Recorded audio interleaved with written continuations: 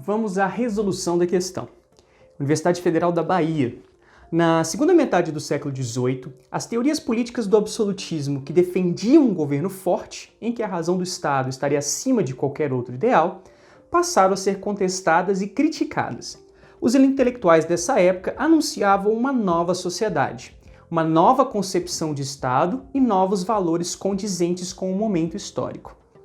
A partir dessa afirmação, indique uma mudança política, uma econômica e uma social, decorrentes da expansão das novas concepções que se contrapunham diretamente aos princípios fundamentais do antigo regime.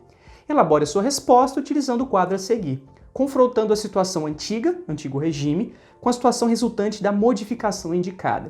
Então a questão pede mudanças de ordem política, econômica e social, como eram no antigo regime e como passaram a ser com os novos ideais e valores do iluminismo. Então seria mais ou menos assim. Do ponto de vista político, o antigo regime tinha um aspecto ligado ao absolutismo, e o princípio do absolutismo estava ligado ao direito divino dos reis. Como representante político e representante divino, o rei concentrava nele todos os poderes, aqueles mesmos poderes que depois Montesquieu acredita que, se divididos fossem, diminuiriam essa centralização e esse absolutismo monárquico, quando ele propõe a divisão, lá no livro O Espírito das Leis, a divisão em judiciário, executivo e legislativo, diminuindo a concentração de poder na figura do rei.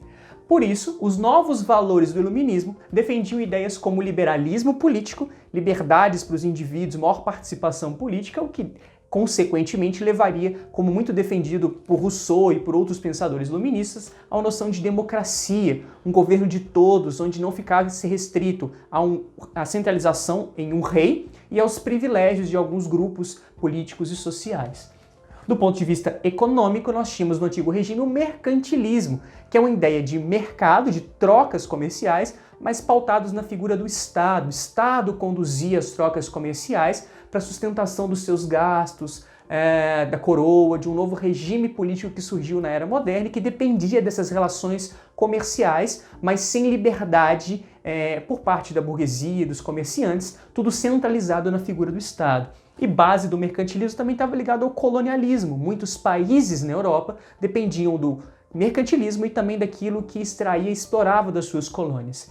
Em contrapartida, os novos valores, principalmente com o liberalismo de Adam Smith, a ideia de liberalismo econômico, livre iniciativa, a ideia de propriedade privada, onde os indivíduos agora poderiam basear-se na ideia de concorrência, de autorregulação do mercado e não mais uma intervenção do Estado na economia.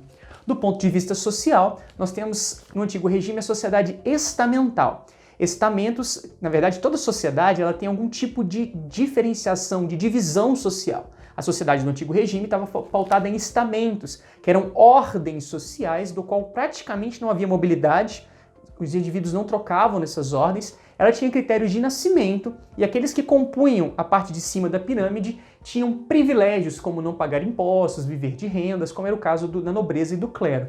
Os novos valores estavam ligados agora a uma sociedade mais igualitária, chamada de sociedade de classes, que se consolida mais tarde com o liberalismo e com o capitalismo, onde agora os indivíduos seriam, na verdade, identificados pelo seu poder aquisitivo e por um aspecto de igualdade jurídica, baseado apenas em critério econômico para a diferenciação social e não mais por critérios de nascimento.